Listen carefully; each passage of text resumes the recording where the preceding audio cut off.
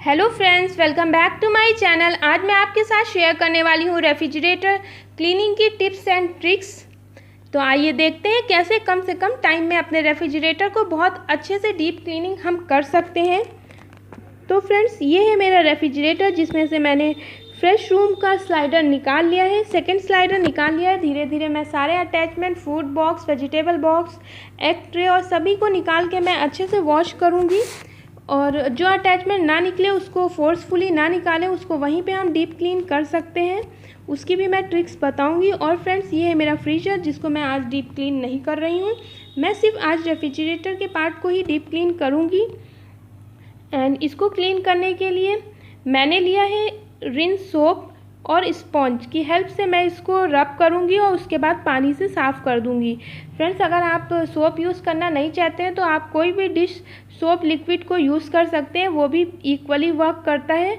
और इसके लिए मैंने स्पॉन्ज का यूज़ किया है। अगर आप चाहते हैं, आपके पास माइक्रोफाइबर क्लॉथ है तो आप उसके यूज़ से इसको साफ़ कर सकते हैं।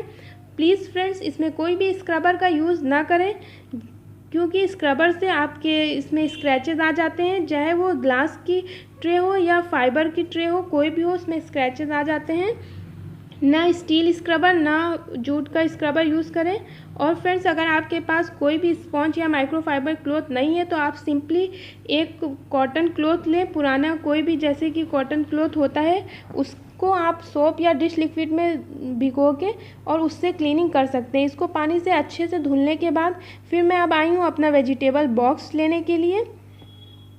एंड जब तक कि मैं वॉश कर रही थी तब तक कि मैंने अपना रेफ्रिजरेटर ऑन कर दिया था, क्योंकि इसमें थोड़ा सामान रखा हुआ था। अब मैं वेजिटेबल बॉक्स को भी सोप और स्पॉन्ज की हेल्प से क्लीन करूँगी। फ्रेंड्स, अगर आप सारे ही पार्ट को बाहर निकाल के क्लीन नहीं करना चाहते, इतना टाइम भी नहीं है आपके पास, तो आप एक प्याले में गुनगुना पानी लें और उसमें डालें 1 टेबल स्पून सॉल्ट और कुछ ड्रॉप ऑफ सोप लिक्विड, और उसको अच्छे से मिक्स करके फिर आप उसको माइक्रोफाइबर क्लॉथ की हेल्प से पूरे रेफ्रिजरेटर के सारे पार्ट्स पे लगा के 5 मिनट छोड़ने के बाद उसको प्लेन वाटर से अच्छे से कई बार साफ़ कर दें। उससे भी बहुत अच्छे से डीप क्लीनिंग हो जाती है। इसको मैंने सब सूखने के लिए रखा है पंखे में कि ईज़िली से बहुत अच्छे से नए नए चमकने लगे। इस वजह से अगर आपकी रेफ्रिजरेटर में येलो स्टेन है तो फ्रेंड्स, आप 1 स्पून बेकिंग सोडा में कुछ ड्रॉप ऑफ लेमन जूस डालें और उसको उस स्टेन पे डाल के 5-10 मिनट छोड़ के उसके बाद प्लेन वाटर से वॉश कर दें, वो ईज़िली निकल जाएगा। अब बात करते हैं अपने ये डोर के रबर की। तो फ्रेंड्स, ये मेरे रेफ्रिजरेटर में ईज़िली निकल जाता है। आप अगर आपके रेफ्रिजरेटर में नहीं निकलता है तो प्लीज़ उसको फोर्सफुली ना निकालें।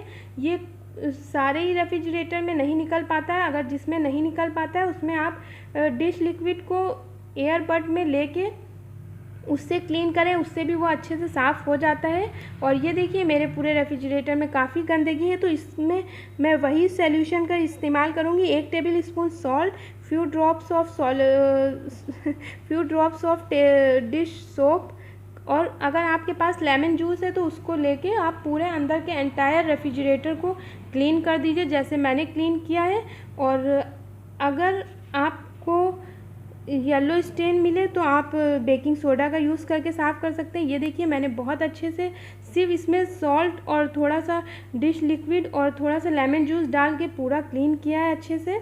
और इसकी नीचे की रबर अभी मुझे लगानी है। उसको लगाने के बाद फ्रेंड्स, मैंने रेफ्रिजरेटर के सरफेस पे कोई भी लिक्विड, सोप, सॉल्यूशन, किसी चीज़ का यूज़ नहीं किया था।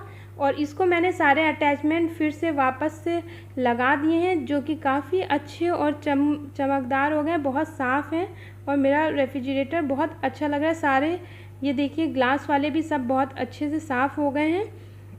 तो अब बात करते हैं सरफेस क्लीनिंग की। तो फ्रेंड्स, मैंने सरफेस क्लीनिंग में कोई भी लिक्विड नहीं यूज़ किया है। रेफ्रिजरेटर के ऊपर जो है, मेरा रेफ्रिजरेटर में स्टील वाला है, तो आप कोई भी सॉल्ट या कुछ भी यूज़ करेंगे तो वो दिक्कत करेगा। तो मैंने प्लेन वाटर से वॉश करके उसके बाद प्लेन वाटर को स्पॉन्ज में लेके साफ़ करके उसके बाद मैंने माइक्रोफाइबर क्लॉथ से, ऐसे ही कॉटन क्लॉथ से साफ़ कर दिया है और वो ईज़िली साफ़ हो जाता है। इसमें कोई भी सोप या डिटर्जेंट की ज़रूरत नहीं पड़ती अगर आप रेगुलर बेसिस पे साफ़ कर रहे हैं तो।